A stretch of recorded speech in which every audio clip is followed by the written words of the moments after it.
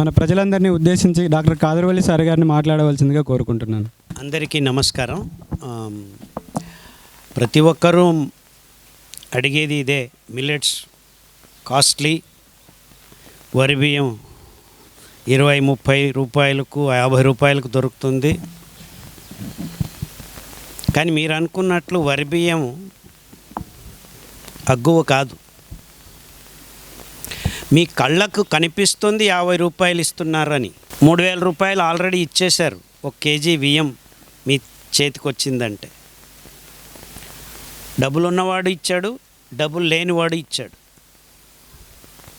ఆ వరి బియ్యం పెంచేదానికి కావలసిన సరంజామాను తయారు చేసేదానికి 1 ఎకరానికి నీళ్లు కట్టి పెంచేదానికి, దాన్ని సదను చేసి నీళ్లు తెప్పించేదానికి మినిమము కనీసం అంటే 8 లక్షల నుంచి 10 లక్షలు ఖర్చు అవుతుంది 1 ఎకరానికి నీళ్లు కట్టాలంటే. అంటే ప్రతి సంవత్సరం నీళ్లు కట్టేదానికి 1 లీటర్ నీళ్లు తీసుకొచ్చి మీ వరి పంటని పెంచాలి అంటే కనీసం 1 రూపాయి అవుతుంది 1 లీటర్కి. 8000 లీటర్లు నీళ్లు 1 కేజీకి అంటే ఎంత డబ్బు అయింది అక్కడ? 8000 రూపాయలు మీరు కట్టేశారు. ఎవరిచ్చారు ఈ డబ్బు? గవర్నమెంట్ ఇచ్చింది. ఎవరికి ఇచ్చింది? ఆ మెయింటెనెన్స్ చేసే ఇంజనీర్లకు ఇచ్చింది. ఆ డ్యాములు కట్టేదానికి డబ్బులు ఇచ్చింది. అర్థమవుతుందా చెప్పేది? గవర్నమెంట్కి ఎవరు ఇచ్చారు డబ్బులు? మీరందరూ పన్నులు కట్టి ఇచ్చారన్నమాట. తర్వాత ఇదంతా వదిలిపెట్టేయండి. మేము ప్రతి సంవత్సరము డ్యాము కట్టాము కదా, ఒకసారి కట్టాము ఒకసారి ఇచ్చాము అనుకుంటున్నారు. అది ఎంత కట్టారంటే కోట్లు కట్టారు మీరు. సో అవన్నీ కూర్చొని లెక్కాచారం వేస్తే 1 కేజీ బియ్యం ప్రతిసారి సంవత్సరం 2 పంటలు తీసినా ఖర్చు ఇప్పుడు 2800 రూపాయలు అవుతుంది 1 కేజీకి. అది పర్మనెంట్ ఖర్చు అయితే కంపెనీలో ఫర్టిలైజర్స్, పెస్టిసైడ్స్, క్రిమి కీట కలుపు నాశక మందు పదార్థాల కోసం, తర్వాత ఎరువుల కోసం ప్రతి గవర్నమెంటు భారతదేశం 3 లక్షల కోట్ల రూపాయలు సబ్సిడీ రూపంలో రైతుల పేర్లతో ఈ కంపెనీలకి అందజేస్తోంది. అందరు జాగ్రత్తగా వినండి, ఎందుకంటే ఈ మాట అందరికీ అందజేయాలి మనం. ప్రతి ఒక్కడు జర్నలిస్ట్ నుంచి చీఫ్ మినిస్టర్ కూడాను ఈ మాట అడుగుతాడు నన్ను. ఎన్నో చోట్ల వెళ్తే చీఫ్ మినిస్టర్లు, వాళ్ళ దగ్గర ఉన్న కమిషనర్లు ఈ మాట అడుగుతున్నారు. మిల్లెట్స్ తినమంటున్నావు, బాగానే ఉంది. మిల్లెట్స్ తినేదానికి ఖర్చు ఒక్కొక్కడికి 500 రూపాయలు. అండుకొర్రలు అయితే 500 రూపాయల కేజీలు ఎవడు తింటాడు? డబ్బులున్న వాళ్ళకే అది అంటున్నారు. అంటే చీఫ్ మినిస్టర్ నుంచి జిల్లా కలెక్టర్లు, ఐఏఎస్ ఆఫీసర్లు కూడా ఈ ప్రశ్నలు అడుగుతున్నారంటే ఎంత మోసం జరుగుతుందని మీకు అర్థం కావాలి. ఆ లక్షల కోట్ల సబ్సిడీలు ఎవరిది డబ్బు? ఎవరికి ఇచ్చారు? ఎరువుల కంపెనీలకు ఇచ్చారు. ఆ ఎరువులు ఎందుకు వాడుతున్నారు? మీ వరి పంట కోసం వాడుతున్నారు, మీ చెరకు పంట కోసం వాడుతున్నారు. దారిలో వస్తున్నాను, మీరు అరటి తోపులు వేసుకుంటున్నారు. 1 ఎకరా అరటి తోపుకు 230 కేజీల ఎరువు కాదు నేను చెప్పేది, క్రిమి కీట కలుపు నాశక మందు పదార్థాలని వాడుతారు. దీనికి ఇంత డబ్బు ఎవరిచ్చారు? మీరే ఇచ్చారు. సో మీరందరూ ఎవరు మిల్లెట్స్ తిని అని చెప్పేదానికి వచ్చినా వాళ్ళని మీరు అది కాస్ట్లీ అని అంటున్నారు. మిల్లెట్స్కి సబ్సిడీ 1 పైసా ఇవ్వకపోవటం అటుంచి ఈ గవర్నమెంట్ వాళ్ళు దాని మీద జిఎస్టీ వేస్తున్నారు. వరి బియ్యం పంటలు దానికి జిఎస్టీ లేదు. ఆవిడ పాపం మీకు వేరే రకంగా ఎక్స్ప్లెయిన్ చేసేదానికి ప్రయత్నం చేస్తుంది. వరి బియ్యం తింటే రోగం వస్తుంది, మీకు ఆసుపత్రికి వెళ్ళి డబ్బులు కట్టాలి, అంతేకాకుండా వరి బియ్యం 5 మంది తింటారు, మిల్లెట్స్ అయితే 10 మంది తింటారు. అంటే మిల్లెట్స్ మీరు 100 రూపాయలు ఇచ్చినా, వరి బియ్యానికి 50 రూపాయలు ఇచ్చినా ఖర్చు ఒక్కటే. మిల్లెట్స్ తిన్న తర్వాత మీకు రోగాలు ఉండవు, డాక్టర్లకు ఇవ్వాల్సిన 5,000 రూపాయలు నెలకి ఇవ్వాల్సిన అవసరం లేదు. సో ఇలా కూర్చొని మీరు పద్దులు రాసుకుంటే మిల్లెట్స్ ఎక్కువ ఖర్చు కాదు, ఆరోగ్యంగా ఉంటారు అని చెప్తోంది ఆవిడ. అది పైన ఎక్స్ప్లెనేషన్. లోగుట్టు దేవుడికి ఎరక అన్నారు. ఆ లోగుట్టు ఏమిటంటే మీరు తింటున్న ప్రతి కేజీ వరి బియ్యానికి మనం ఆల్రెడీ 3,000 రూపాయలు కట్టేశాము. ఇంకా మోసం చెప్పనా, ఇక్కడ జరుగుతున్నది ఈ కంపెనీలు, ఈ రాజకీయ నాయకులు, ఈ పెద్ద పెద్ద కార్పొరేట్ రైస్ ఫ్లోర్ మిల్లుల ఓనర్లు తయారు చేసిన షడ్యంత్రం ఇది. 3 సంవత్సరాలకు రాబోయే వరి బియ్యాన్ని పెంచి దాన్ని బియ్యంగా మార్చి చేసాల్సిన డబ్బు కూడాను వాళ్ళ బ్యాంకు ఖాతాల్లో ఇప్పుడే వేసుకుంటారు 3 years అహెడ్. అంటే 3 సంవత్సరాలకు అన్ని కోట్ల రూపాయలకు రావాల్సిన వడ్డీ కూడా మీరు కడుతున్నారు. అర్థమవుతుందా నేను చెప్పేది? అంటే ఈ కార్పొరేట్ వ్యవస్థలు ఎలా తయారయ్యాయంటే మన డబ్బు ఒకవైపు గుంజడం కాదు, మన దగ్గర అట్టి పెట్టుకొని బ్యాంకులో ఊరికే పెట్టుకున్న ఎస్బీఐ అకౌంట్లో ఊరికి ఎస్బీఐ అకౌంట్లో పెట్టినా కానీ 4% వడ్డీ వస్తుంది మనకి. అది కూడా రాకుండా చేస్తున్నారు. ఆ డబ్బులు వాళ్ళు తీసుకొని వాళ్ళు 10%, 12%కి మనకు అరువిస్తారు. మీరు ఎరువుల కోసమని కట్టిన పన్ను డబ్బును మనకే అరువుగా ఇస్తున్నారు. ఎందుకంటే వాళ్ళకి అంత అవసరం లేదు ఆ ఎరువులకి. అది ఎంత చీప్ అంటే అంత చీపుగా తయారు చేయగలుగుతున్నారు ఆ పెద్ద పారిశ్రామిక విధానంలో. అర్థమవుతుందా నేను చెప్పే మోసాలు? ఈ మాటల్ని, ఈ విషయాల్ని ఈ జర్నలిస్టులు కానీ, ఈ మాధ్యమాలు కానీ, ఈ వార్తా పత్రికల్లో పెద్ద పెద్ద అక్షరాలతో రాయటం అలాంటివి ఏమీ జరగవు. టీవీ యాంకర్లు వచ్చి ఆయన వచ్చాడు చైర్మన్, ప్లాస్టిక్ అంటున్నాడు. ఆ ప్లాస్టిక్ ప్రమోషను పర్మిషను 2 ఇచ్చింది ఎవరు? ఇతనే.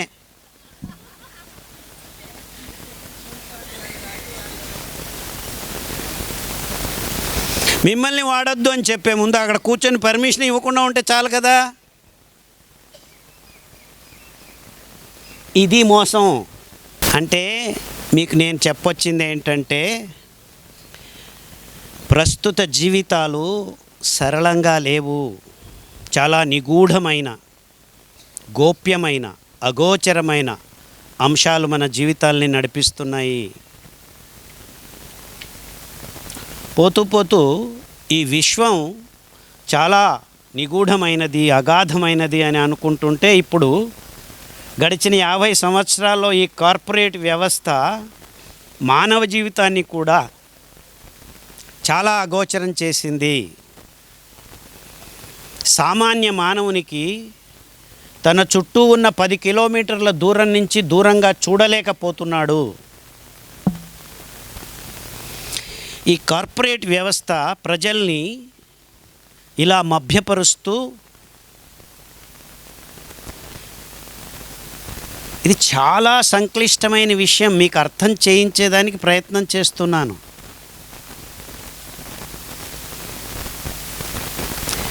ఎక్కడంటే అక్కడ చూసారా, అటువైపు అక్కడ చూస్తే గడ్డి కనిపిస్తుంది, మీకు అక్కడ చూస్తే గడ్డి కనిపిస్తుంది. ఆ కంచె దగ్గర ఒకసారి అలా కళ్ళు చూపించండి, జస్ట్ అటువైపు. అక్కడ ఎండ ప్రతిరోజు వస్తుంది.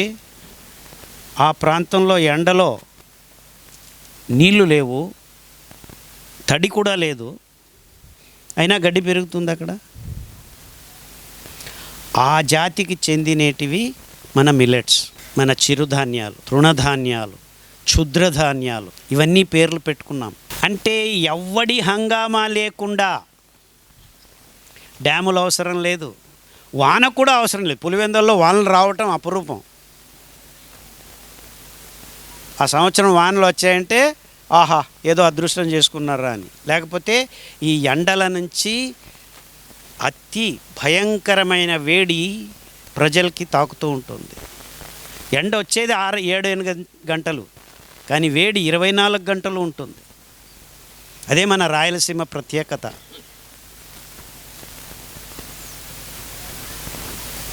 అర్థమవుతుందా నేను చెప్పేది? అలాంటి ఎండల వరవడి కాకుండా ఎండల నుంచి వస్తున్న వేడిని కూడా తట్టుకొని, ఎండలను తట్టుకునేదేం పెద్ద విషయం కాదు, ఆ ఎండలు వదిలిన వేడిని రాళ్ళు పోగు చేసి రాత్రంతా విడుదల చేస్తుంటే ఆ వేడిని కూడా తట్టుకొని పెరగగలిగే అద్భుతమైన ఈ గడ్డి పూచల ధాన్యాలు ఎంత గట్టివో అని ఆలోచించండి మీరు. ఆ ధాన్యం, ఆ బీజం, ఆ విత్తనం తయారవుతున్నప్పుడు నీళ్లు లేకుండా ఉండటం వల్ల ఆ చుట్టుముట్టు వాతావరణంలో ఉన్న తేవాంశ అంటే అర్థమైందా?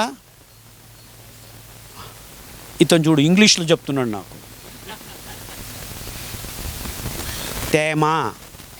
తేవాంశ అంటారు.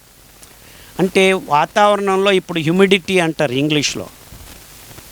ఆ తేవాంశ కనీసం 45%, అంటే 100కి 45%. అంటే 1 లీటర్ గాలి తీసుకుంటే అందులో 45 మిల్లీగ్రాములు నీళ్ళ అంశం ఉంటే మన శరీరం బాగుంటుంది. లేకపోతే రాత్రి బయల్లో పడుకున్నా కానీ పొద్దున్న లేచేపటికి శరీరం మనమంతా గీరుకొని ఉంటాం తెలియకుండానే. మీరు ఈ వేడికాలం మొదలవుతున్నప్పుడు ఆలోచిస్తే ఇలా గీరుకొని ఒళ్ళు మీద బర్రెలు ఉంటాయి బాగా కదా. ఎందుకంటే మన దేహంలో నుంచి నీళ్లు బయటికి వెళ్తున్నాయి. 45% దాటి 65% వరకు తేవాంశం ఉన్నప్పుడు ఆ నీళ్లు మన దేహం నుంచి నీళ్లను బయటికి పోనీయకుండా ఆపుతగలుగుతాయి. అప్పుడు మనకు హ్యాపీగా ఉంటాం అన్నమాట. సో రోగాలు బాగా కావట్లేదంటే వెళ్ళరా వెధవా సముద్రపు తీరంలో ఉన్న ఊర్లోకి వెళ్ళు, నీకు రోగం తగ్గుతుంది అని చెప్పేవాళ్ళు ముందు. అర్థమవుతుందా? సో మీరందరూ రాత్రి పడుకునే ముందు మీ రూముల్లో ఫ్యాన్లు వేసుకోవచ్చు, ఏసీలు వేసుకోవచ్చు. చివరికి మీరు చేయాల్సింది ఇంతే, ఒక చిన్న బకెట్ నీళ్లు ఓపెన్గా పెట్టుకొని పడుకోండి. సో మీ దేహంలోంచి నీళ్ళ బయటికి వెళ్ళటం తగ్గుతుంది. అప్పుడు మీకు రోగాలు తగ్గుతాయి. ఈ వేడి వల్ల అనేక రకాలైన ఇన్ఫెక్షన్స్ వస్తాయి, రక్తం మందమవుతుంది.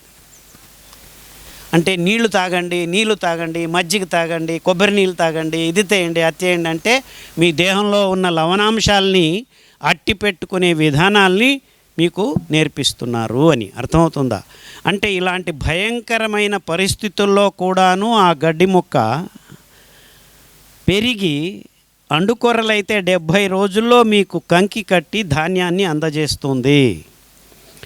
అంటే అందులో ఏదో ప్రత్యేకత ఉంది. నీళ్ళని అట్టి పెట్టుకునే గుణం ఆ మొక్కలో వేర్ల నుంచి ధాన్యం వరకు దేవుడు నింపాడు. అది ఏమిటయ్యా అంటే వైశిష్ట్యమైన నారు, పీచు అంశము.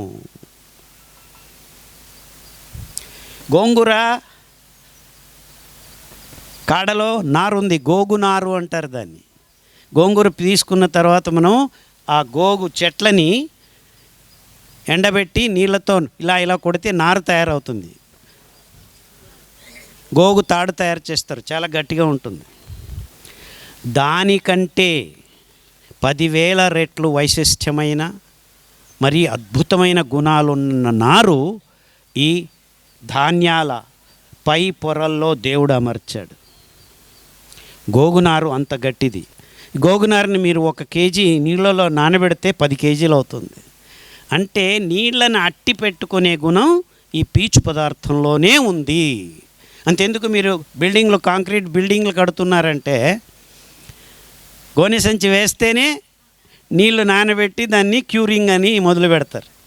అంటే నిదానంగా నీళ్లను వదులుతుంది తేమ. అంటే ఆ తేమ నీళ్ళ అంశాన్ని అట్టి పెట్టుకునే గుణం ఎక్కడుంది? పీచు పదార్థానికి ఉంది. ఆ పీచు పదార్థాన్ని పుష్కలంగా ధాన్యంలోనే అమర్చిన పంటలే ఈ మిల్లెట్స్. మీకు ఆ మిల్లెట్స్ వైశిష్ట్యాన్ని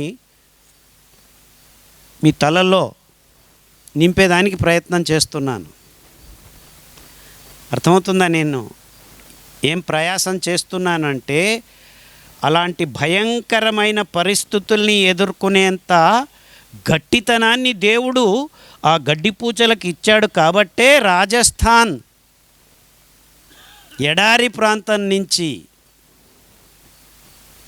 హిమాలయపు పర్వతపు లోయల్లో చర్యల్లో నీళ్లు అతివేగంగా పారుతూ పోతూ ఉంటే ఆ ఒడివడిగల శక్తిని కూడాను గట్టిగా ఆపి మన్నును గట్టిగా పట్టుకునే గుణం ఈ గడ్డిపూచలకే ఉంది, ఇంకెవ్వరికీ లేదు.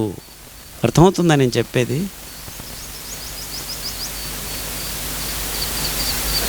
అర్థమవుతుందా? అంటే ఎండను కానీ పరిగెంటూ పారుతున్న నీళ్ల వేగాన్ని కానీ, అది ఎంత శక్తో దాన్ని కూడాను అడ్డుకునే శక్తి. అంటే ఆ బయోమ్ అంటారు, ఆ జీవంలో ఈ విషయాల అంశాల విచారాలన్నిటినీ దేవుడు వడబోసి జీనోమిక్ కంటెంట్ అంటారు. ఆ జన్యు, ఆ ప్రజ్ఞ, ప్రతి జీవంలో ప్రజ్ఞ ఉండేది ఆ జన్యువులో, ఆ డిఎన్ఏ అంటారు దాన్ని, డిఆక్సీ రైబోస్ న్యూక్లిక్ యాసిడ్. దాని గురించి పట్టించుకోవద్దండి. ఆ ప్రజ్ఞ, ప్రతి జీవకోశంలో ప్రజ్ఞ ఉండేది. ఆ విచారాన్ని, ఆ సంకీర్ణాన్ని, సంక్లిష్టాన్ని క్లుప్తంగా క్షిప్తం చేసిన అద్భుత వైశిష్ట్యం అతి ఎక్కువగా ఆ చిన్న గడ్డిపూచలోనే ఉంది.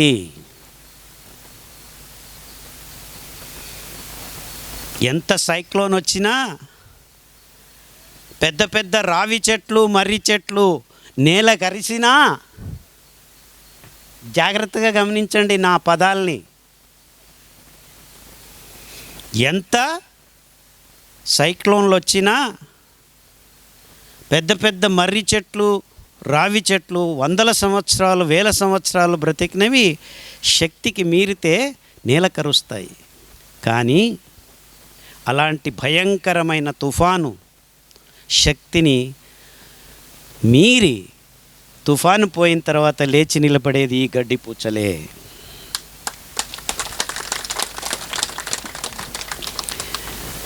ఏంటయ్యా బాబు, మా అమ్మాయికి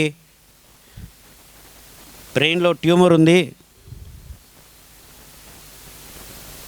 దానివల్ల నరాలు ఒత్తడం వల్ల అమ్మాయికి పెరుగుదల లేదు, సరిగ్గా పిచ్చి పిచ్చిగా మాట్లాడుతుంది, ఎక్కడెక్కడో చూస్తుంది, మా ఆయనకి డయాబెటీస్ వచ్చింది, గ్యాంగ్రీన్ అయింది, రేపు కాలు తీసేయాలి,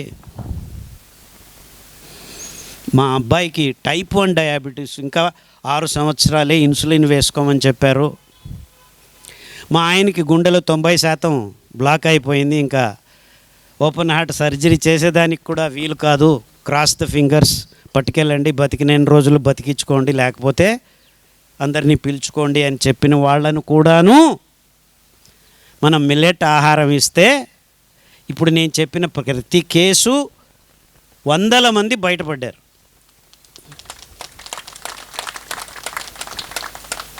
నిన్న వస్తున్నాను నేను చూడలేదు, 92 సంవత్సరాల ఆవిడ, బీపీ 200/120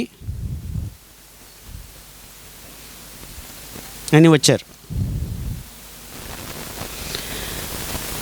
ఊదల అంబలి అరికల అంబలి తాగించండి అమ్మా.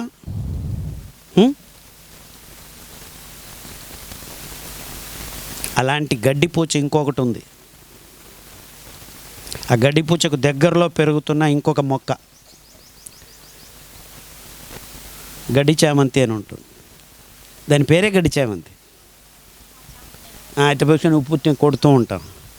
ఆ గడ్డి చామంతి రసంను తాగించండి అని చెప్తే 3 సార్లు తాగించేలోపు 140/85 అయింది 6 గంటల్లో.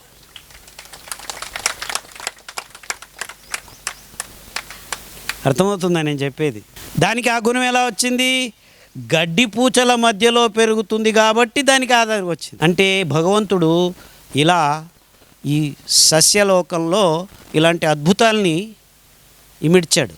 ఎవడి కోసం ఇమిడ్చాడు? నీ కోసం, నీలాంటి జంతువుల కోసం. నువ్వు ఒక జంతువే. సో ఏదైనా పంది తనకు ఇలా ఇబ్బందులు అవుతున్నాయంటే బుడుబుడు వెళ్ళి ఆ గడ్డిని తింటుంది. అంతవరకు బురదలు ఎలా వేసుకొని ఆ పురుగు ఈ పురుగు అది ఇది తినేది, ఎప్పుడైతే తనకి ఇబ్బంది అని తెలుస్తుందో డింగ్ డింగ్ డింగ్ డింగ్ అని వెళ్ళి ఆ గడ్డిని తింటుంది. అంతెందుకు, పులి కూడా వెళ్ళి గరిక గడ్డిని తింటుంది తనకు రోగం వచ్చింది అని తెలిస్తే. కానీ ఈ మనిషికి, ఆధునిక మనిషికి రోగం వచ్చినా మళ్ళా నేను 24/7 జొమాటోలో ఆర్డర్ చేసి హైదరాబాద్ బిర్యానీ తింటాను, కాశ్మీరీ పులావ్ తింటాను అని కూర్చున్నాడు. ఇది విషయం ఇక్కడ. అరే ఆ వరి బియ్యం తినేని హార్ట్లో బ్లాక్లు వచ్చాయిరా, ఆ వరి బియ్యం తినేని పాప మెదడులో ట్యూమర్ వచ్చింది, ఆ వరి బియ్యం తినే నీ పిల్లాడికి 8 సంవత్సరాలకి ఇన్సులిన్ వేసుకోవాల్సి వచ్చింది అని చెప్పే నాథుడు ఒక్కడు లేడు. ఈ తజ్ఞులందరూ ఈ విషయాల్ని మాట్లాడేదానికి ముందుకు రావట్లేదు. అర్థమవుతుందా నేను చెప్పేది? నీ అబ్బాయి మెదడులో ట్యూమర్ ఉంది, ఎంఆర్ఐ స్కాన్ తీస్తాను, దాన్ని కరిగించేదానికి జర్మనీలో ట్యాబ్లెట్ ఉంది, అది తెప్పిస్తాను. వరి బియ్యం తినద్దురా 6 వారాలంటే ఆ ట్యూమర్ కరిగేదానికి మొదలవుతుంది. దానికి తోడు అద్భుతమైన పీచు పదార్థం ఉన్న ధాన్యం కానీ, పీచు పదార్థం ఉన్న కూరగాయ కానీ, పీచు పదార్థం ఉన్న తీపి పదార్థం కానీ తినిపిస్తే ఆ పీచు అనే పదార్థం నీ దేహంలో ఉన్న కల్మషాల్ని పీక్కుని నీ అంగాంగాల్లో ఉన్న జీవకోశాల్ని శుభ్రం చేసే గుణముందిరా అని చెప్పే ఆయుర్వేద పంతులు కూడాను ఇప్పుడు ప్లాస్టిక్ డబ్బాల్లో చూర్ణాలు వేసి అమ్ముకోవడం మొదలుపెట్టాడు.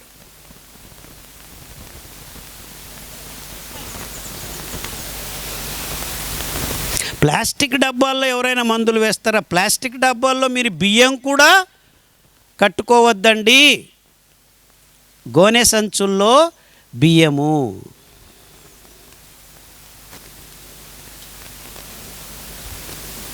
బియ్యం అంటే వరి బియ్యం కాదు, అరికల బియ్యము, సామల బియ్యము, ఊదుల బియ్యము,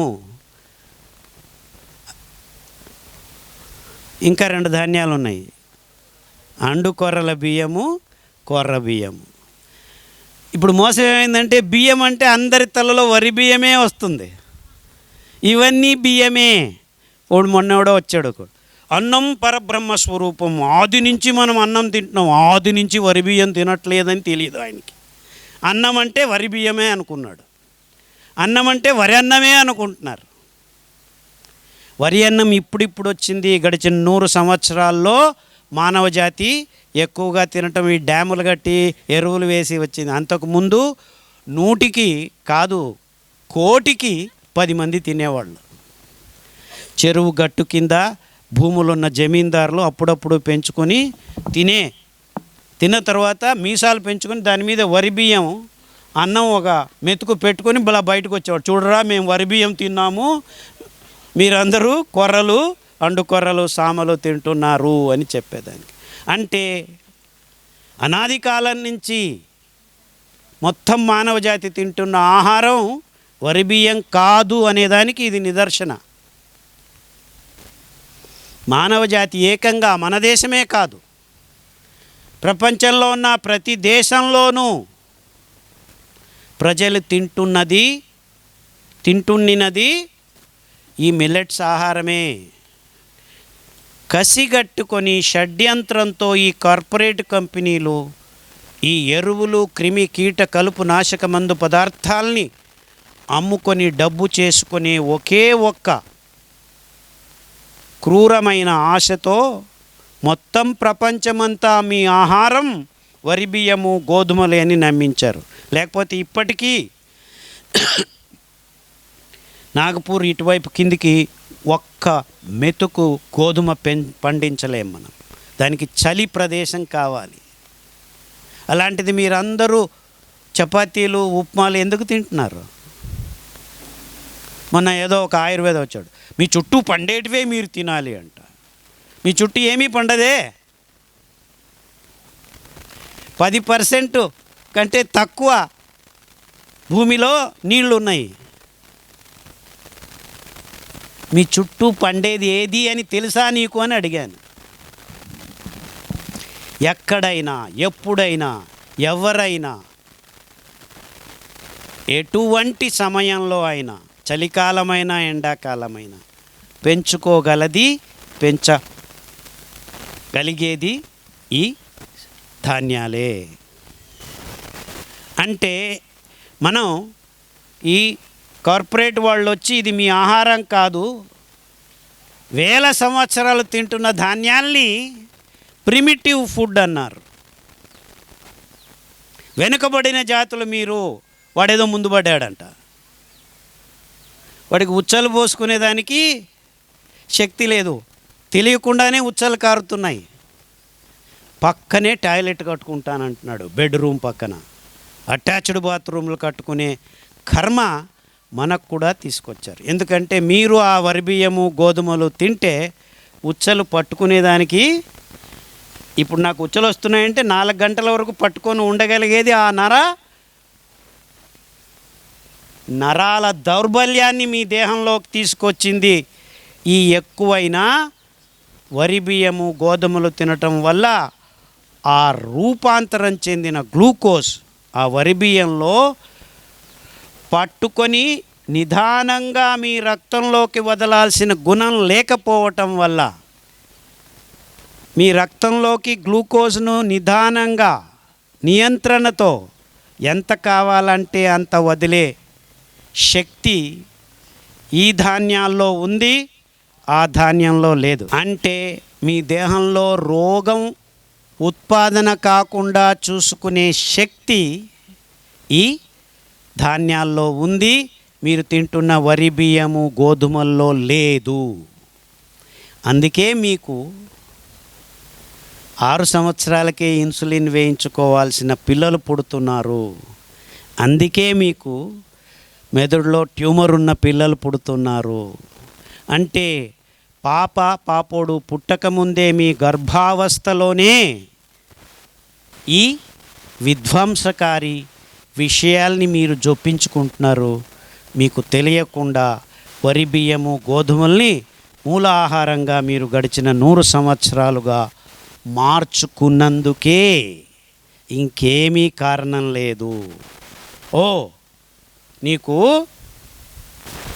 పిల్లోడు ఎందుకు ఇలా పుట్టాడంటే పూర్వకాలంలో పూర్వజనులు ఏదో పాపం చేశావు,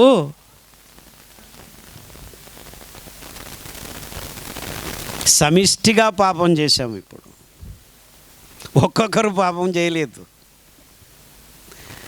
ఎందుకంటే ప్రతి ఇంట్లో ఒక డయాబెటీస్ పేషెంట్ ఉన్నాడని మీరు ఇక్కడ అంటున్నారు.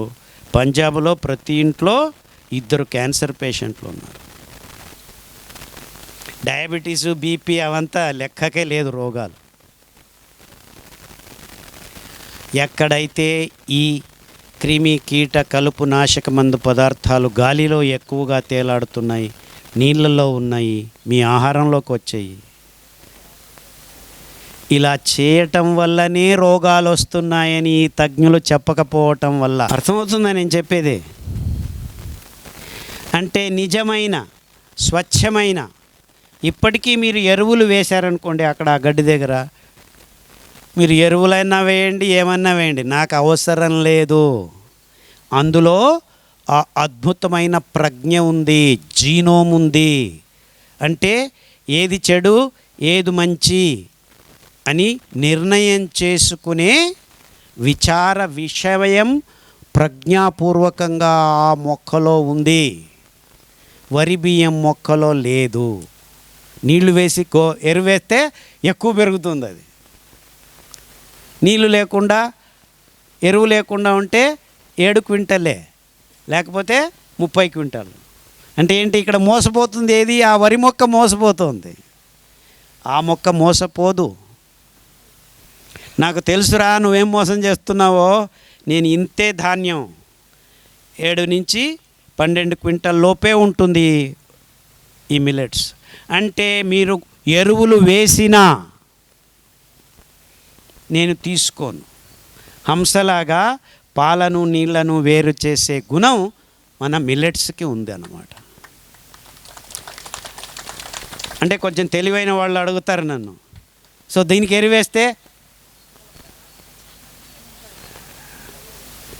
మాకేమీ అవసరం లేదురా వెధవా అని చెప్తున్నాను. ఈ వెధవ పనులు నా దగ్గర సాగవు, ఆ ప్రజ్ఞ నాకుంది అని ఈ సిరిధాన్యాల మొక్కలు చెప్తున్నాయి. ద జెనెటిక్ బయోమ్ అంటారు దాన్ని. 8 నుంచి 18 రెట్లు ఎక్కువ ఉంది ఆ ప్లాంట్లో వరి బియ్యం కంటే. అంటే వరి బియ్యంలో ఇంకా ఆ ప్రజ్ఞను దేవుడు నింపేదానికి వీలు కావట్లేదు. ఎందుకంటే నీళ్ల సహాయంతో పెరిగే మొక్కలన్నిటికీ C3 ప్లాంట్స్ అంటారు. ఆ పీచు పదార్థాన్ని ప్రతి కణంలోనూ ఉంచేదానికి వీలు కాదనమాట. ఇది తేడా. C4 అంటారు. అంటే గ్లూకోజ్ను తయారు చేసే విధానాన్నే మార్చుకున్నాయి ఆ మొక్కలు. అంటే అనాది కాలం నుంచి ఎడారిని, మరుభూమిని అద్భుతమైన సస్యవనంగా మార్పు చెందాలంటే మీరు మొదలు పెట్టాల్సింది ఈ మిల్లెట్స్ గ్రాసెస్తో. అంటే బంజరు భూమిని మళ్ళా స్వచ్ఛమైన, అద్భుతమైన, సారవంతమైన భూమిగా మార్చాలంటే మొదటిగా మీరు ఎంచుకోవాల్సిన మొక్కలు ఈ సిరిధాన్యాలు, మిల్లెట్స్ అంటారు. అంటే మిల్లెట్స్ మూలకంగా బంజరైన ఒక స్థానాన్ని మళ్ళా సారవంతం చేయొచ్చు. అంటే మానవ జాతిలో బంజరతనం ఉంటే మీరు తినాల్సింది వరి బియ్యము, గోధుమలు, బిర్యానీలు కాదు. తింటే ఇంకా బంజరైపోతారు మీరు. మీకు పిల్లలు పుట్టాలంటే, అది ఆరోగ్యకరమైన పిల్లలు పుట్టాలంటే మీరు తినాల్సింది సామల బియ్యము. అది మగవాళ్ళు కానీ ఆడవాళ్ళు కానీ. స్పర్మ్ కౌంట్ తక్కువైపోయి IVF సెంటర్లు ఎక్కువైపోయాయి. అంటే పిల్లలు పుట్టించుకునే సామర్థ్యం కూడా లేకుండా పోయింది మానవ జాతిలో. అర్థమవుతుందా నేను చెప్పేది? ఇప్పుడు ఇటలియన్స్ లేరు. ఇటలీ వాళ్ళు పుట్టి 8 సంవత్సరాలు అయింది. ఎందుకంటే వాళ్ళల్లో స్పర్మే లేదు, వీర్య కణాలు మాయమైపోయాయి. ఇప్పుడు అదే పరిస్థితి భారతదేశంలో కూడాను. మనం కొద్దిగా వెనకబడ్డామంతే. వాళ్ళు తినేవన్నీ తినకుండా ఉండటం మన అదృష్టమని ఎవడు చెప్పట్లేదు. ఆ కృతకమైన గుడ్లు, కృతకమైన కోడి, కృతకమైన మాంసం తినేదానికి వాళ్లకు గడిచిన 50 సంవత్సరాల క్రితమే వాళ్ళ మాంసాహారంలో మునిగిపోయారు. మనల్ని అందరినీ ఇప్పుడు మాంసాహారం చేయాలని ప్రోటీన్ మంచిది మీకు అని చెప్పడం మొదలుపెట్టారు. ప్రోటీన్ మాంసంలో ఉంది అని చెప్పడం మొదలుపెట్టారు. మాంసంలో ప్రోటీన్ ఎక్కడ వచ్చింది? ఏం అవసరం లేదు. ఎలా వచ్చింది? అది మన గడ్డి పూచల నుంచే వచ్చింది. ఆ జింకలు గడ్డి తింటేనే దానికి మాంసం వచ్చింది. ఆ మాంసంలో నుంచి అంటే నిజమైన ప్రోటీన్లు, మంచి ప్రోటీన్లు జింక మాంసంలో లేవు, అక్కడ ఉండేది. సో మీకు ప్రోటీన్ కావాలన్నా, ఆరోగ్యం కావాలన్నా ఏం తినాలి? లేదు నేను గుడ్డు తింటాను. అక్కడ ఇంజెక్షన్ వేసినారు. 21 రోజుల్లో టుపుకు టుపుకు టుపుకు అని గుడ్లు బయటపడతాయి. రోడ్ల మీద పడి గుడ్లు తినడం మొదలుపెట్టారు.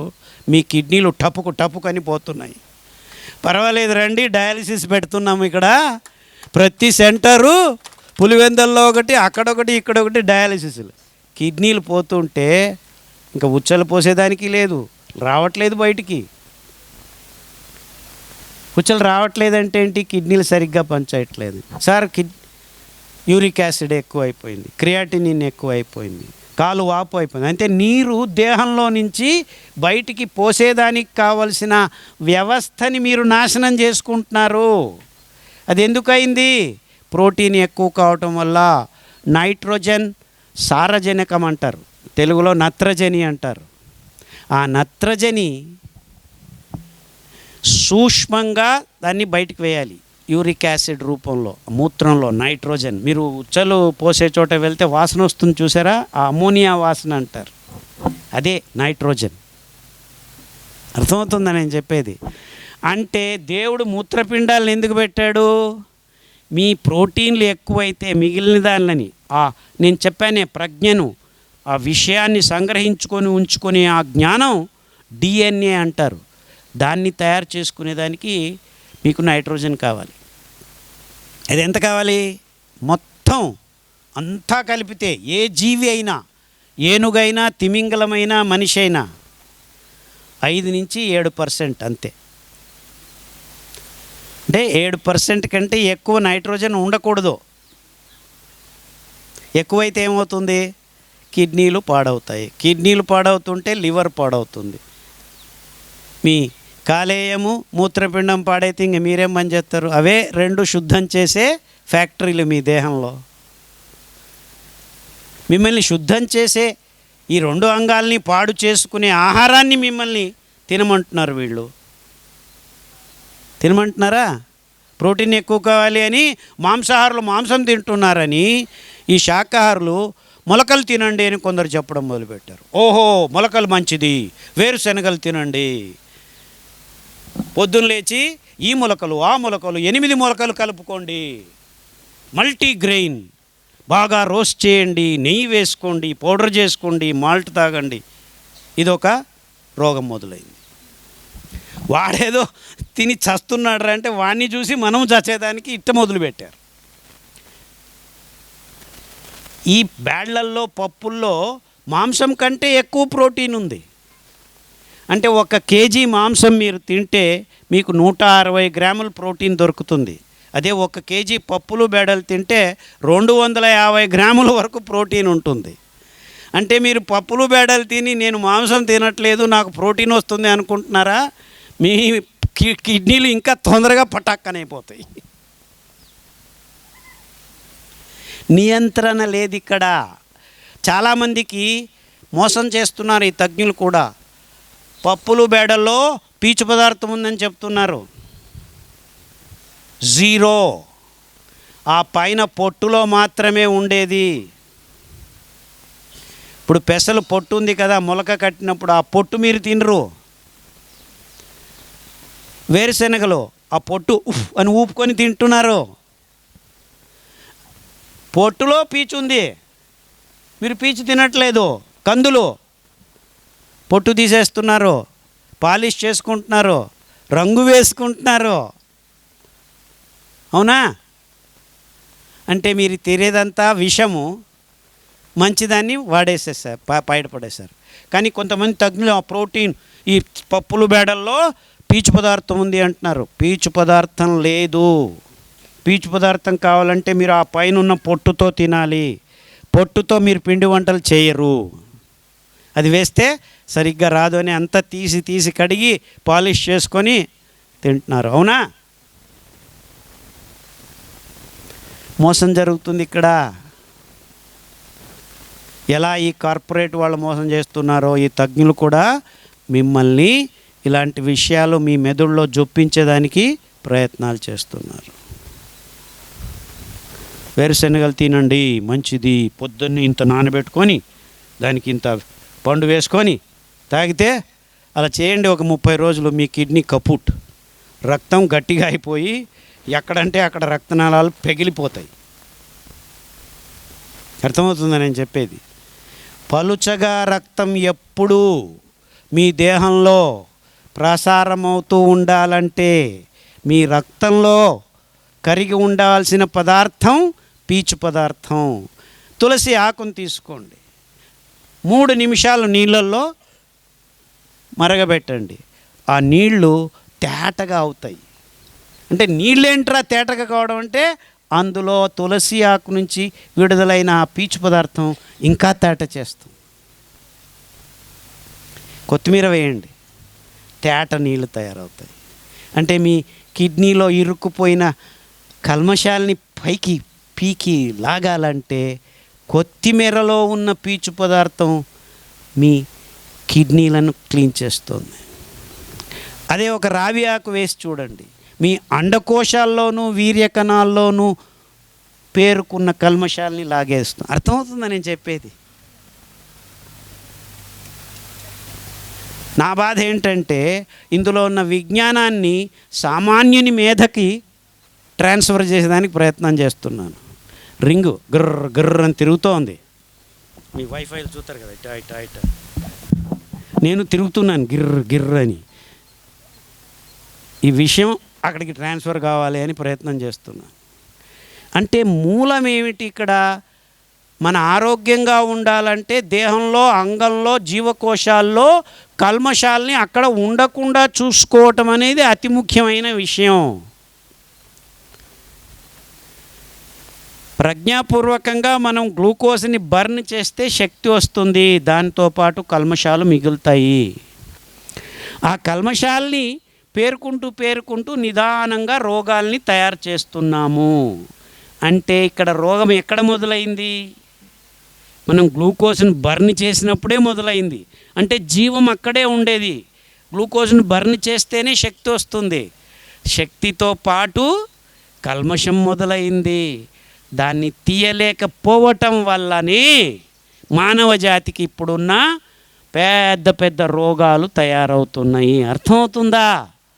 నేను మీకు ఏం చెప్పదలుచుకున్నాను, చెప్పేదానికి ప్రయత్నం చేస్తున్నానంటే, మీరు బియ్యం కానీ, బియ్యమో గోధుమలో మాంసం ఏమి తిన్నా చివరికి గ్లూకోజ్ను భస్మం చేసే జీవనం చేయాలి.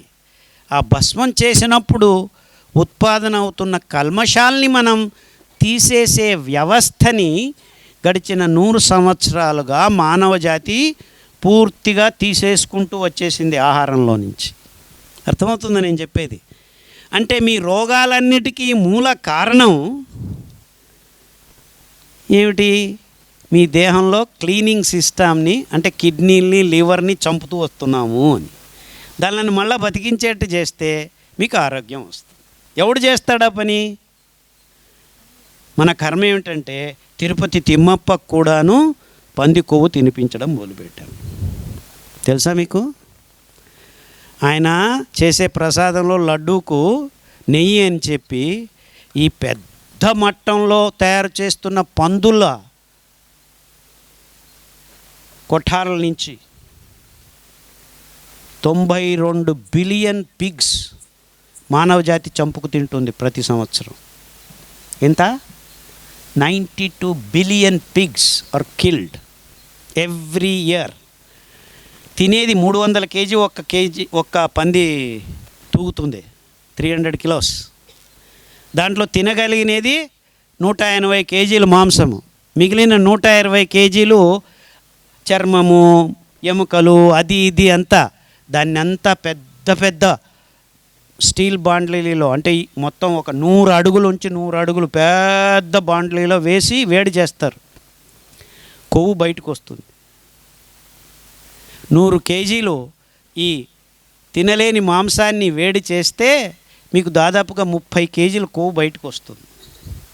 92 బిలియన్ పందుల్ని చంపుకు తింటున్న మానవ జాతి అందులో సగం కంటే, అంటే 440% తినలేని మాంసాన్ని వేడి చేస్తే దాదాపుగా 1 బిలియన్ టన్స్ ఆఫ్ కొవ్వు వస్తుంది. దాన్ని డాల్డా అంటారు. అర్థమవుతుందా?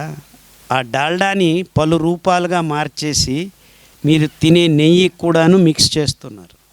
ఎంత మిక్స్ చేశారంటే తిరుపతి లడ్డు తయారు చేసేదానికి కావాల్సిన నెయ్యిలో కూడాను దాన్ని పంపించి 30% బయటపడింది. సో తిరుపతి తిమ్మప్ప కూడాను ఈ పంది కొవ్వు. కానీ మీ అందరికీ అర్థం కానిది ఏంటంటే తిరుపతి తిమ్మప్పకి ఏమీ ప్రాబ్లం లేదు. 4 శ్లోకాలు చెప్తాడు, గోమూత్రంతో ఇలా ప్రక్షాళన చేస్తే అది పవిత్రమైపోయింది. మీ పొట్టలో కూర్చున్న దాన్ని ఎవడు తీస్తాడు?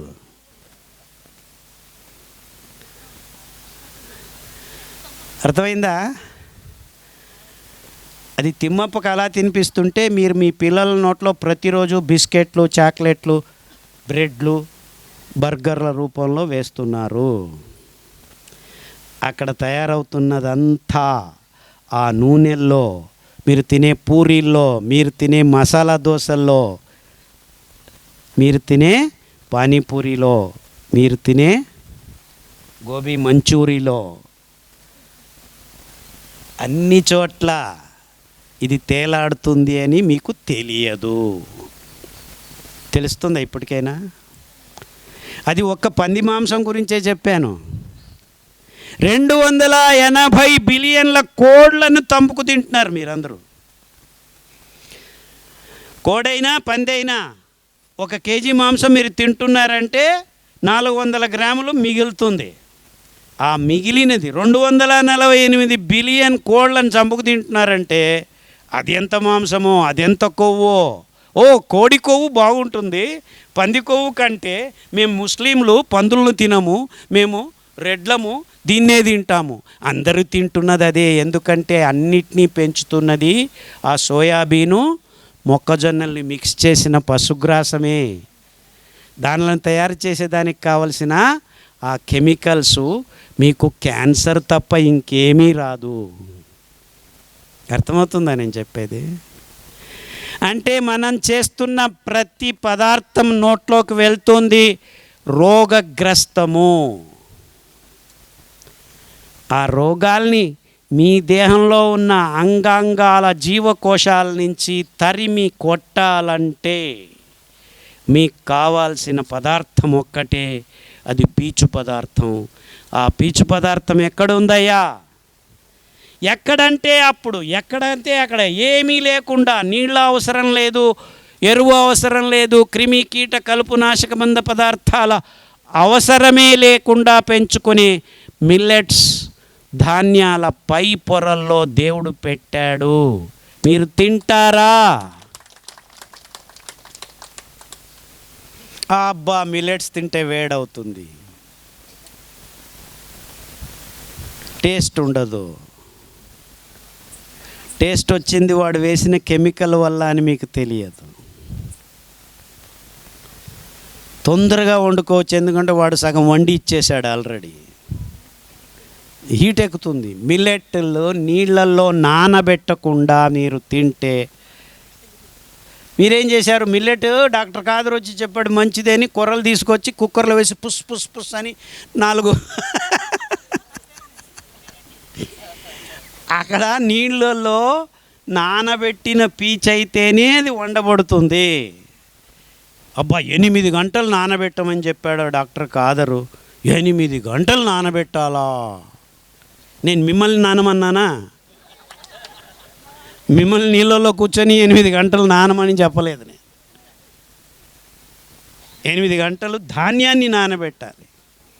ఆ పీచు పదార్థం పొరలు పొరలు పొరలు పొరలు లోపలి వరకు ఉన్నాయి ధాన్యంలో. అవి నానాలి, నాని వికసించాలి.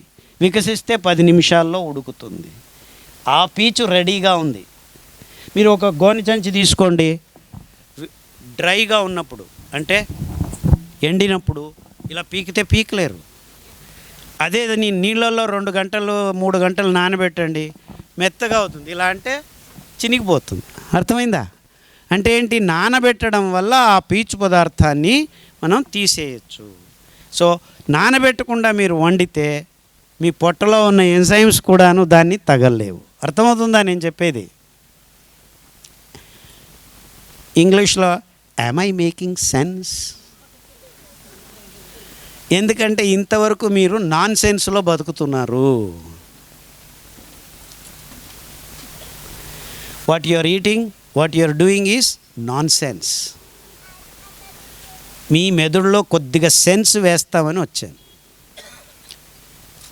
అర్థమవుతుందా? అంటే మీరు వరి బియ్యాన్ని కుక్కర్లో వేసిన పుసుక్ పుసుక్ అని తింటున్నారు, అది నాన్ సెన్సు. ధాన్యం కానీ పప్పు బేడలు కానీ నానబెట్టుకొని వంట చేసుకునే అద్భుతమైన వంట పద్ధతులు మన దేశంలో వేల సంవత్సరాల నుంచి ఉన్నదాన్ని ఇలా మార్చేసుకున్నాం.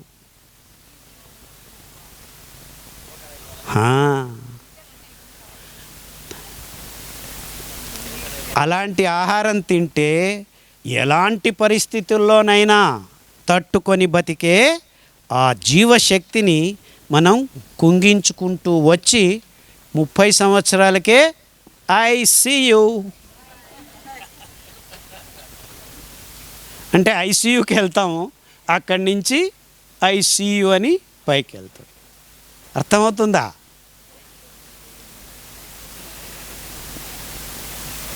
అంటే మీరు అర్థం చేసుకోవాల్సింది, దానికి కావాల్సిన విజ్ఞానాన్ని నేను మీ తలల్లో నింపేదానికి ప్రయత్నం చేస్తున్నాను. ఎక్కడ మనం మోసపోయాము, ఈ తజ్ఞులు మనల్ని మోసం చేస్తున్నారు.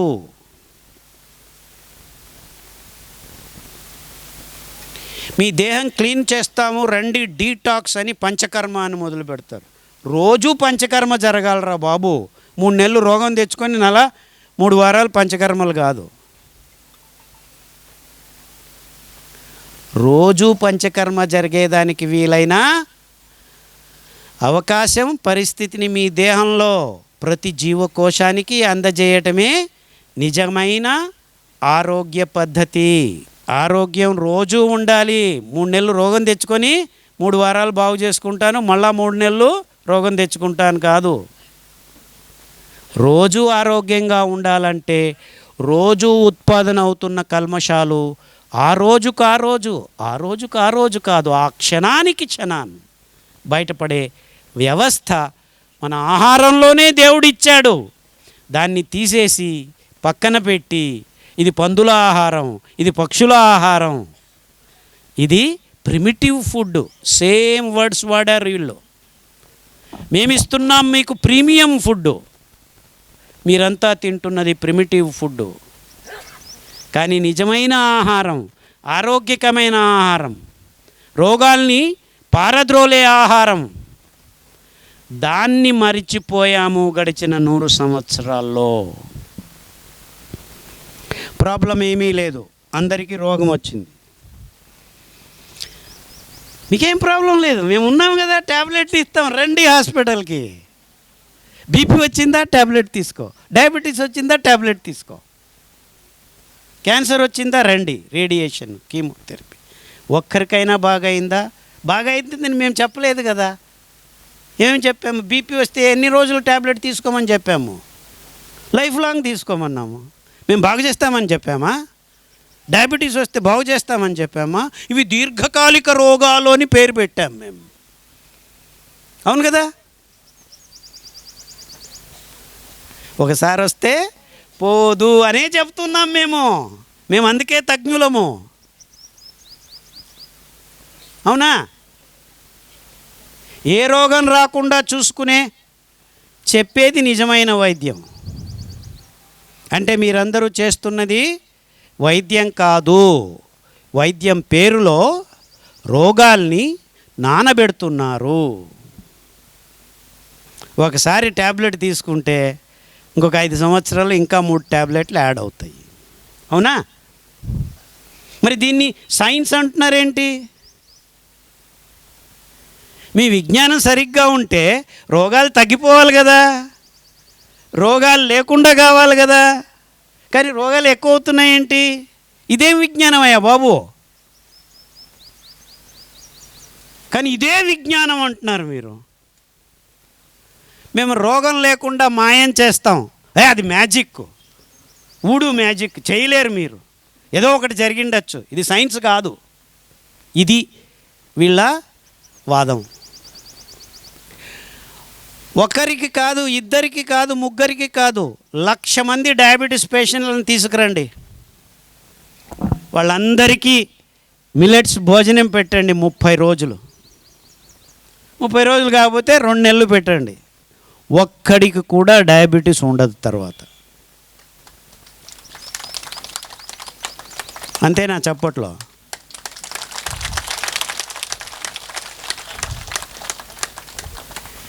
విజ్ఞానం సరిగ్గా ఉంటే ఏ రోగము నీ దేహంలో ఉండకూడదు. అర్థమవుతుందా? నీ దేహంలో కల్మషాల్ని శుద్ధం చేసే గుణం లేకుండా చేసుకొని నీ ఆహారంలో రోగం వచ్చింది, ఇది ఇస్తాను అది ఇస్తాను, ఎంఆర్ఐ స్కాను, పెట్ స్కాను, క్యాట్ స్కాను, ఆపరేషన్లు, ట్యాబ్లెట్లు. అంటే ఆహారంలో ఉన్న ఆరోగ్యాన్ని హాస్పిటల్కు ట్రాన్స్ఫర్ చేస్తారా? ఎక్కడుంది ఆరోగ్యం? మీ వంటింట్లో వదిలేశారు. ఎక్కడ వెతుక్కుంటున్నారు? బాగుందయ్యా. ఆరోగ్యం ఎక్కడుందయ్యా? ఎక్కడుంది? వంటింట్లో ఉంది. నువ్వు ఎక్కడ వెతుకుతున్నావు? వంటింట్లో వెతకాలి కదా. చూడు, అబ్బాయి మెదడు పాడుగాలేదు, వంటింట్లో వెతకాలి అని చెప్తున్నాడు. అవునా? సో ఎక్కడికి వెళ్ళాలి మీరు ఇప్పుడు? వంటింటికి వెళ్తాము, కానీ అక్కడ జొమాటో స్విగ్గీ ఆర్డర్ చేస్తాము అంటున్నారు.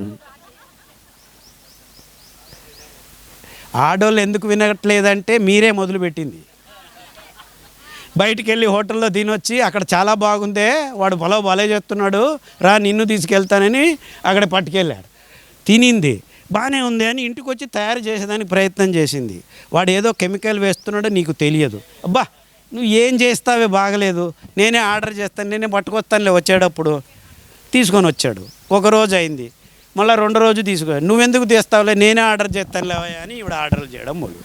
ఇంతే జరిగింది. మళ్ళీ ఆడవాళ్ళని తిడతారు వీళ్ళు.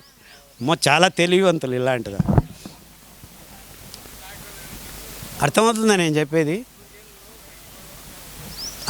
ఇప్పుడు చూడు, ఆయనకి 50 ఏళ్ళకి మోకాలు నొప్పులు వచ్చాయన్నాడు. తినేది మాంసము, గుడ్లు.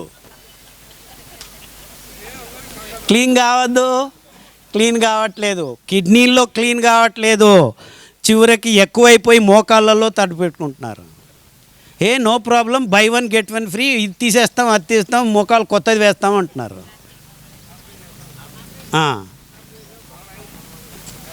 ఇప్పుడు మోసం అవుతుంది ఎక్కడ? వంటింట్లో. అంటే మీరందరూ ఇప్పుడు ఇప్పటికప్పుడే మిల్లెట్స్ని కొనుక్కొని తినాలి. మీకు ఏ రోగం ఉన్నా 3 నెలలు కాకపోతే 6 నెలలు, 6 నెలలు కాకపోతే 2 సంవత్సరాల్లో బాగవుతుంది. 180 కేజీలు. మొన్న వచ్చింది ఒక పాప, అమెరికాలో ఉన్నిన్నారు. అమ్మాయి పేరు ఏం పేరు సార్? నిన్న వచ్చింది, నువ్వు చూసావు కదా అక్కడ, రక్షణ ఏదో పేరు. 180 కేజీలు వచ్చి మైసూర్లోనే ఉన్నారు. ఇప్పటికి 4 months అయింది. 100 kgs తగ్గింది. మా క్లినిక్ మిద్దె మీద ఉంది, ఫస్ట్ ఫ్లోర్లో. ఫస్ట్ వచ్చినప్పుడు కారులో వెళ్ళి చూసి వచ్చాను. అమ్మాయి కారులో నుంచి బయటకు రావాలని పెద్ద తీసుకొచ్చారు. ఇప్పుడు మెల్లిగా నీట్గా పైకి వచ్చి కూర్చుంది, క్లినిక్లోకి వచ్చింది. జస్ట్ 4 monthsలో. అమెరికాలో అన్నీ తయారు చేశారు, అన్నీ చూశారు. అన్ని నేచర్ క్యూర్ సెంటర్లకు వెళ్ళారు. ఈ జ్యూసులు, ఆ జ్యూసులు, ప్రోటీన్ పౌడర్లు, ఇంతే.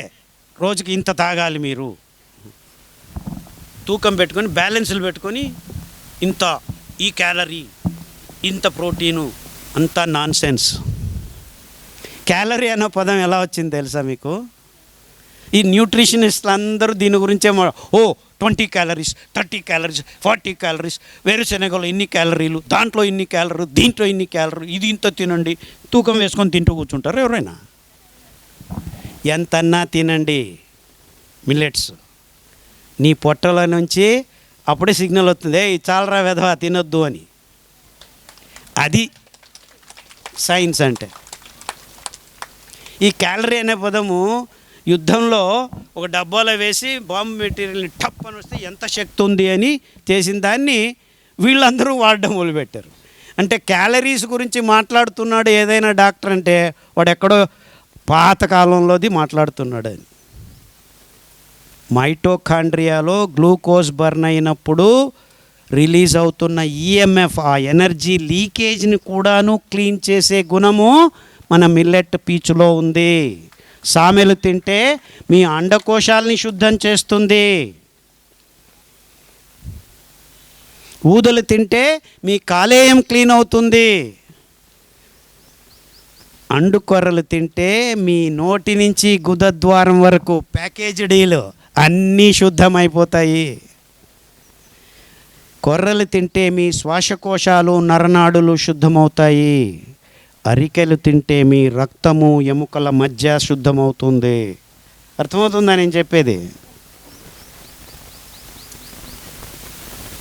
అంతా అర్థమైంది, కానీ తినను మేము. నాకు కావాలి పలావ్ కావాలి, నాకు ఎగ్ బుర్జీ తినాలి, శాండ్విచ్ తినాలి, పిజ్జా కావాలి.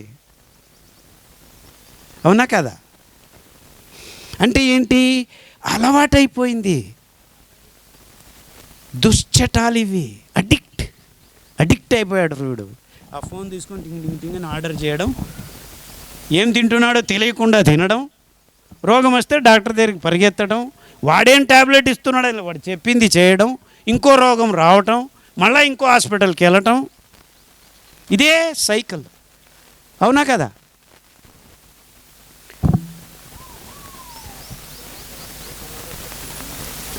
వంటింటికి వెళ్తారా?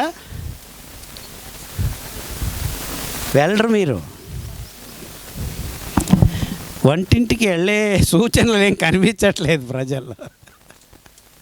ఎందుకంటే మొన్న అరకలగూడని మైసూరు దగ్గర ఊరు హాసన, అక్కడికి వెళ్ళాను లెక్చర్ ఇచ్చేదానికని. సాయంకాలం 6 గంటలకి లెక్చరు. యాక్చువల్లీ నేను కారులో వెళ్తున్నాను. జస్ట్ లాస్ట్ ఇయర్ ఒకటే దారి ఉంది ఊరికి. అది చిన్న ఊరు, ఒక 5,000 మంది ఉన్నారు అక్కడ. 5,000 మంది 6,000 మంది ఉన్నారు అక్కడ. ఇంకా ఒక 5 కిలోమీటర్ దూరంలో ఉన్నాను, వెళ్ళాలి ఊరికి. అటువైపు నుంచి ఇటువైపు నుంచి జొమాటో, స్విగ్గీలు బుర్ర అని పోతున్నారు మోటార్ సైకిల్ వాళ్ళు. 32 గాడీలు పోయాయి. అక్కడ ఉండేది 5,600 మంది, 5,000-6,000 మంది. 30 జొమాటో, స్విగ్గీల్లో పిజ్జాలు, బర్గర్లు పార్టీ. అంటే చిన్న చిన్న పల్లెల్లో కూడాను ఈ అలవాట్లు.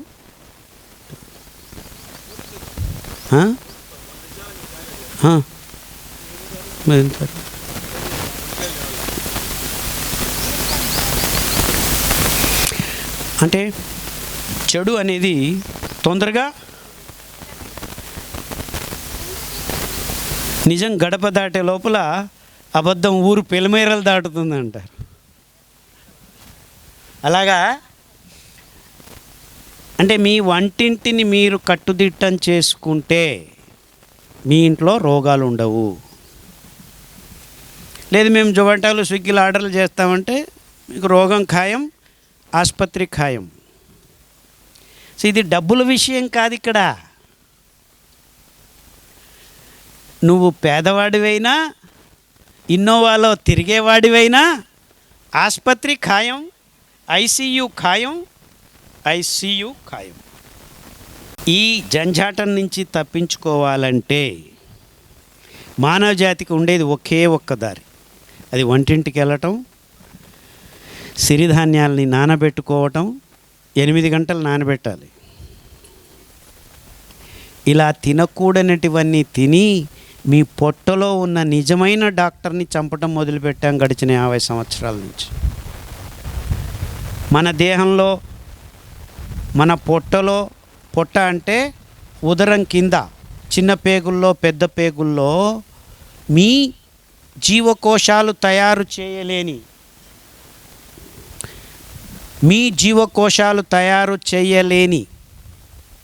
జీవరసాయనిక పదార్థాలని ఎంత ప్రమాణంలో, ఎప్పుడు, ఎక్కడ, ఏ రీతిగా అందజేయాలో చేసే అద్భుతమైన పనుల్ని తయారు చేసేదే ఈ సూక్ష్మజీవులు. మీ పౌష్టికాంశాలున్న ఆహారం తిన్నా ఎక్కడికి ఎంత పౌష్టికాంశం ఎప్పుడు ఎలా అందజేయాలి అని నిర్ణయం చేసే ఆ గుణాన్ని మీ దేహంలో అందజేసేదానికి కావలసిన సూక్ష్మజీవులు మీ పేగులకు అంటుకొని ఉంటాయి. దాన్ని గట్ మైక్రోబ్స్ అంటారు ఇంగ్లీష్లో. ఇది అద్భుతమైన విజ్ఞానం. అంటే మీరు కాదు, మీకు తోడు సహజీవనం చేసే సూక్ష్మజీవులు అతి ముఖ్యం. ఆ సూక్ష్మజీవుల్ని మనం ఏం చేశాము? ఈ వరి బియ్యము, గోధుమలు, గుడ్లు, మాంసము, చాక్లెట్లు బిస్కెట్లు తినడం మొదలుపెట్టినప్పటి నుంచి 2.2 కేజీలు ఉండవలసిన ఆ సూక్ష్మజీవుల్ని ప్రస్తుతం 1 కిలోకి తింపేశాం. అంటే 1.2 కిలోస్ని చంపేశాం. మర్డర్, నిజమైన మర్డర్ అక్కడ జరుగుతోంది. డాక్టర్నే మర్డర్ చేస్తున్నాం. మన పొట్టలో ఉన్న డాక్టరు చంపేసి మల్టీ స్పెషాలిటీ హాస్పిటల్లో ఉన్న డాక్టర్ల దగ్గరికి పని కట్టుకొని తిరుగుతుంది. వాడికి ఏం తెలుస్తుందో తెలియదో వాడికే తెలియదు. ఎందుకంటే ఈ మల్టీ స్పెషాలిటీ హాస్పిటల్లో ఉన్న డాక్టర్లను 100 మంది తీసుకుంటే వాళ్ళల్లోనూ 30 మందికి డయాబెటీస్ ఉంది. అర్థమవుతుందా నేను చెప్పేది? కానీ ఈ సూక్ష్మజీవుల్ని మనం వృద్ధి చేసుకుంటే నీ దేహంలోకి ఏ రోగము రాదు. మీ దేహంలో రక్తం మందం కావటం వల్ల ప్రతిరోధక శక్తిని నాశనం చేసి ప్యాథటిక్ పరిస్థితి మొదలైంది. ప్యాథోజెనిక్ బ్యాక్టీరియా మీ దేహంలోకి రావడం మొదలుపెట్టాయి. అంటే చెడు చేసే సూక్ష్మజీవుల్ని మీరు చేతులు విప్పి ఆహ్వానిస్తున్నారు. మీ సెలియక్ రీజన్ అంటారు. ఉదరం క్రింది భాగం పేగులు, చిన్న పేగులు, పెద్ద పేగులు, కోలన్ను, రెక్టము ఈ ప్రాంతాల్లో అద్భుతమైన సహజీవనం చేసే మంచి కలుపు, మంచి కలగజేసే సూక్ష్మజీవులు కావాలంటే మీ రక్తంలో పీచు పదార్థం ఎక్కువ కావాలి. మీ రక్తంలో ప్రసారం అవుతున్న ఆ పీచు పదార్థాన్ని ఎవరు అందజేస్తారు? మిల్లెట్స్ అందజేస్తారు. అంటే పౌష్టికాంశాలు కావాలన్నా, పౌష్టికాంశాలని సరియాద రీతిలో మీ దేహంలో అంగాంగంలో జీవకోశాలకి అందజేయాలన్నా, ఆ అందజేసే వ్యవస్థని పెంపొందించాలన్నా, అర్థమవుతుందా నేను చెప్పేది? మీకు కావాల్సింది మిల్లెట్స్ ఆహారం, సిరి ధాన్యాల ఆహారమే. కానీ వరి బియ్యం తింటే ఈ సూక్ష్మజీవులు చనిపోతున్నాయి. చాలామంది కొంతమంది డాక్టర్లు నేను చెప్పడం మొదలుపెట్టిన తర్వాత వరి అన్నం మిగిలింది రాత్రి చద్దన్నం చేసుకోండి, దాంట్లో పెరుగు కలుపుకొని తాగండి అని మొదలుపెట్టారు. దాంట్లో ఏమీ దొరకదు మీకు. అందులో వచ్చే సూక్ష్మజీవులు ఒక్కటే, లాక్టో బ్యాసిల్లస్ అని. అంటే అది ఎనరోబిక్ బ్యాక్టీరియా అంటారు. ఆమ్లజనిక రహిత సూక్ష్మజీవి మీకు దొరుకుతుంది. అది better than not having anything. పెరుగు ఈజ్ బెటర్. కానీ సిరిధాన్యాల్ని మీరు వంట చేసి పలుచటి గంజి చేసి మట్టి కుండలో బట్ట కట్టపెట్టి 8 గంటల తర్వాత ఫర్మెంటేషన్ అయితే ఆమ్లజనక సహిత ఏరోబిక్ బ్యాక్టీరియా అవే మనకు కావాల్సింది. ఆ సింబయాటిక్ బయోమ్ని వృద్ధి చేయాలంటే ఈ అద్భుతమైన పీచు సహిత సిరిధాన్యాల అంబలి మీరు తాగటం మొదలు పెడితే 6 వారాల్లో పోగొట్టుకున్న 2.2 కిలోస్లో 200 గ్రాములు 200 గ్రాములు 200 గ్రాములు మీరు అందజేస్తూ వస్తే, అంటే మీకు కావాల్సింది 5 గ్రాముల సిరిధాన్యం ఒక పూటకి. 5 గ్రాములు 5 గ్రాములు అంతే. దాన్ని 8 గంటలు నానబెట్టండి. మట్టి కుండలో ఆ పలుచటి గంజి ఎంతలో నానబెట్టాలి? 1/2 లీటర్ నీళ్లు. ఎంత? 5 గ్రాములు 1/2 లీటర్. ఆల్మోస్ట్ వాటర్గా ఉండాలి. బట్ట కట్టి ఉడకపెట్టిన తర్వాత మట్టి కుండలో పెట్టి 8 గంటలు, పులివెందల్లో అయితే 6 గంటలు చాలు, అంత వేడి ఉంది. 6 గంటల తర్వాత ఆ పలుచటి గంజిని మనం ఏమనేవాళ్ళం? పూర్వకాలంలో అంబలి అనేవాళ్ళం. దానికి ఇంకేమి వేసుకోవద్దండి. 200 ml అలా కలుపుకొని తాగేయండి. అంటే రాత్రి నానబెట్టండి, ఉదయం 10 గంటలకు ఉడకబెట్టండి, బట్ట కట్టి పెట్టి సాయంకాలం 6 గంటలకి తాగేయండి 1 లోట. అలా రోజు 6 వారాలు తాగితే మీ పొట్టలోకి 200 గ్రాములు మైక్రోబ్స్ చేరుకుంటాయి. అంటే అలా 6 వారాలు ఒక 5-6 సార్లు చేశారనుకోండి, 2.2 కిలోస్ వచ్చేస్తాయి.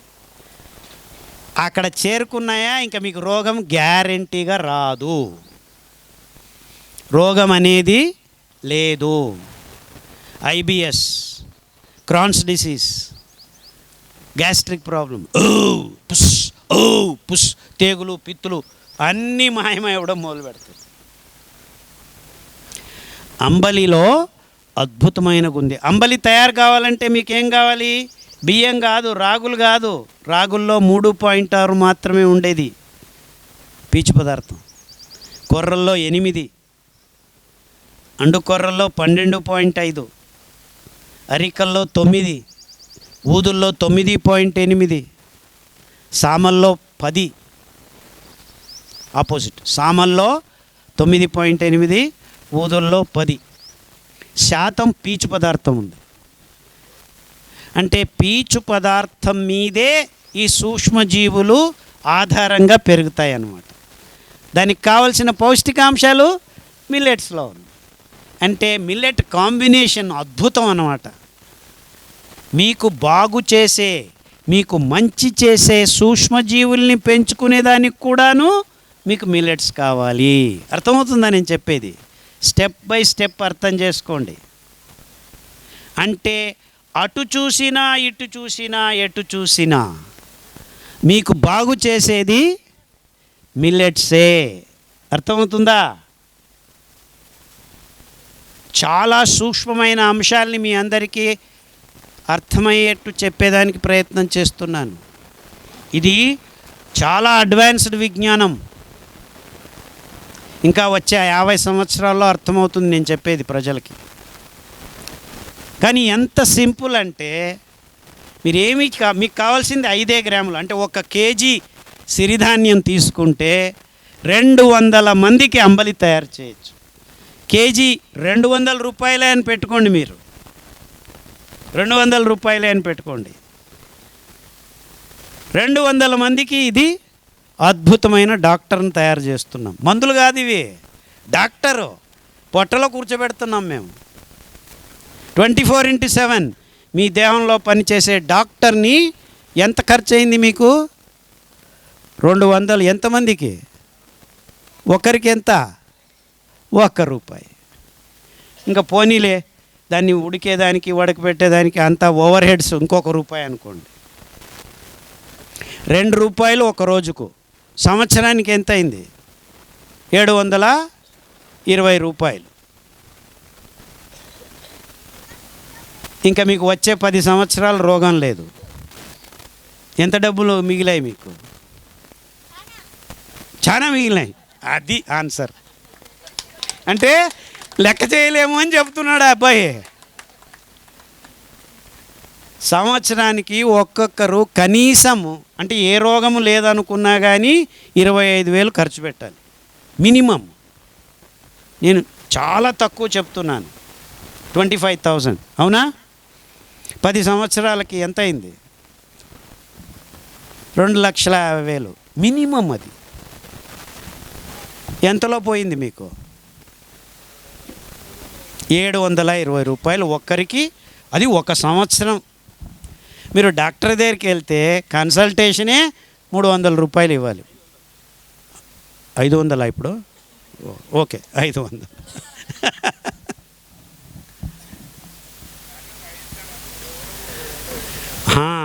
అది నెక్స్ట్ వద్దాం. ఫస్ట్ మీరు సిరిధాన్యాలు తినాలని అనుకుంటున్నారా?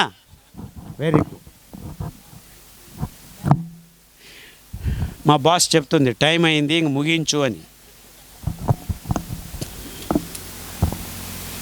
2 రోజులకు ఒక ధాన్యం తింటే, సామెలు 2 రోజులు తిన్నారు, మీ వీర్య కణాలు మగవాళ్ళకి ఆడవాళ్ళకి అండకోశం గర్భకోశం ఫెలోపియన్ ట్యూబ్స్ అన్నీ శుద్ధమైపోయాయి.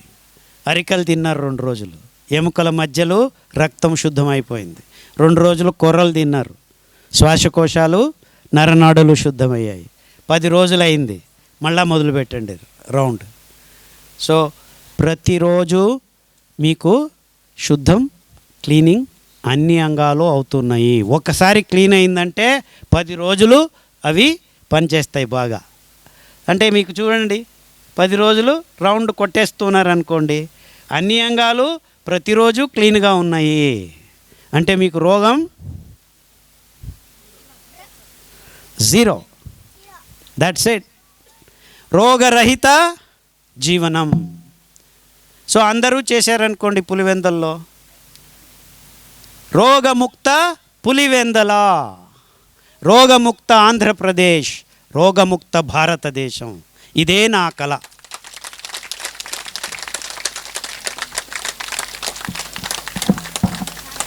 రోగం పేరు ఏమైనా పెట్టుకోండి మీరు.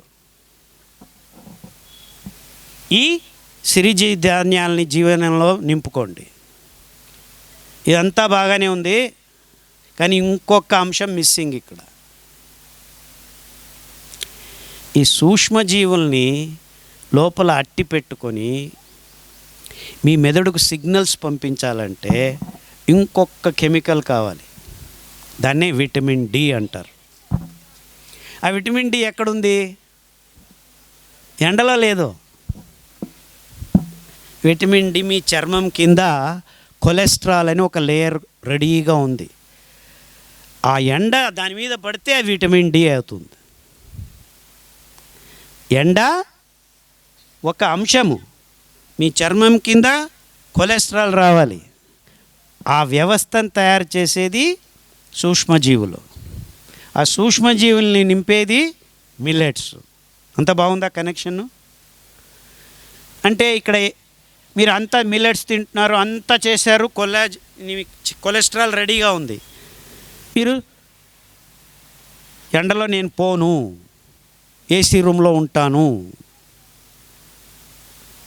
ఏసీ కార్లలో తిరుగుతాను, ఎండ మీద పడకూడదు అని 24 గంటలు మీరు ఇంట్లో ఏసీ రూముల్లో ఫ్యాన్ల కింద ఉంటారు. అంటే విటమిన్ డి తయారు కాదు. సో మీ నరనాడులకు సిగ్నల్స్ పోయి మీ మెదడులో మంచి నెమ్మది కావాలంటే కావాల్సిన ఆ హార్మోన్లు కానీ ఆ ఎంజైమ్స్ కానీ తయారు కావాలంటే ఈ నరనాడుల్ని ఉత్తేజనం చేసే అద్భుతమైన కెమికల్స్ తయారు కావు. అంటే మీరు ఎండలో పోకుండా ఉంటే 3-4 నెలలు మీకు ఉన్నట్టుండి మనశ్శాంతి లేకుండా ఏదో పిచ్చి పట్టినట్టు, డిప్రెషన్ వచ్చినట్టు ఇవన్నీ జరుగుతున్నాయి. అమెరికాలో సియాటిల్ అనే ఒక స్థలంలో సూర్యుడు రాడు సరిగ్గా. వాళ్ళకి అన్నీ ఉన్నాయి, అన్నీ చేస్తున్నారు, కానీ మెంటల్లీ డిప్రెస్డ్. సార్ నిద్ర రావట్లేదు, మా ఆవిడని చూస్తే నాకు ప్రేమ లేదు అంటే ఇలా వికల్పాలు, మనోవైకల్యాలు తయారవుతున్నాయి. మెంటల్ డిసార్డర్స్ అంటారు.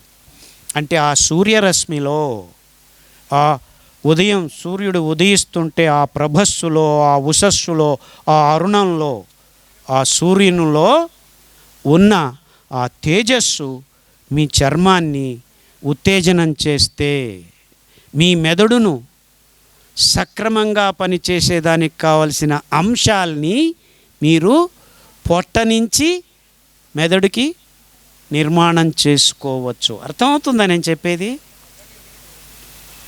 పొద్దున సూర్యుడు ఉదయించక ముందు ప్రభస్సు వస్తుంది, దాని తర్వాత ఉషస్సు, దాని తర్వాత అరుణం, దాని తర్వాత సూర్యం. 4 ఘట్టాలు. 15 నిమిషాల ముందు సూర్యోదయానికి 2 ఘట్టాలు అవుతాయి. సూర్యుడు ఉదయించిన తర్వాత అరుణం, తర్వాత సూర్యం. సో మొత్తం 21 నిమిషాలు 42 నిమిషాలు కావాలి మొత్తం మీకు. అంటే ఇటువైపు ఒక అర్ధగంట, అటువైపు ఒక అర్ధగంట, 1 అవర్.